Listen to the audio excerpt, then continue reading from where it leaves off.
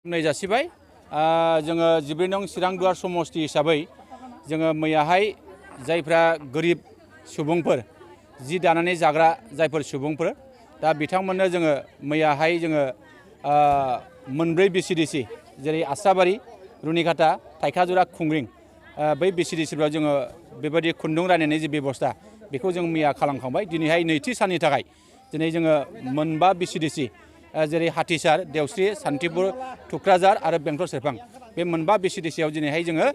जोंनि जे मुलाम्फागिरि बिथांमोननो जोङो खुन्दुं राननायनि जे हाबाफारि बे सोलिगासिनो दङ आरो बिनि गेजेरजों आङो खोब गोजोननाय मोन्दों। जाय बिथांमोनहा दिनै बे खुन्दुंखौ मोननो हादों बिथांमोनहा गोसो गोरबोजों बरायदों आरो बिथांमोनहा गावसिनि जिखिनि बे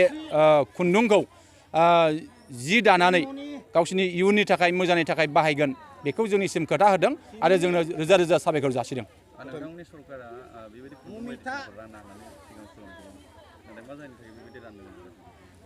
मोनसे समाव जोङो सानदोंमोन बियो थारैनो नंगौ, नाथाय रायजो राजाफोरनि लुबैनाय रायजो राजाफोरनि खावलायनाय लेखा दिनै जोङो जोंनि सरकाराबो बे रायजो राजानि गांनाय उखैनायखौ सुफुंनांगौनि थाखाय लुबैनायखौ फोगोमनांगौनि थाखाय दिनै जोंनि सरकाराबो बेखिनि हाबाफारिखौ निसय लानांगौनि गोनांथि फैदों आरो जोङो बेबादिनो निसय रायजो राजाफोरनि हास्थायनाय रायजो राजाफोरनि लुबैनाय बादिनो जों बेबायदि खामानिखौ मावलांबाय थानो जों नाजागोन। आंनिफ्राय गुरैयै खावलायनाय मुलाम्फागिरि बिथांमोननिसिम जाय बिथांमोनहा जोंनि सरकारनि गेजेरजों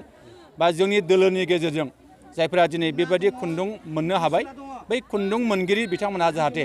लांनानै खुनु बाजाराव फानहैया सोरनोबा फाननाय बेखिनिखौ खालामा, बे खुन्दुंखौ मोननानै जाहाथे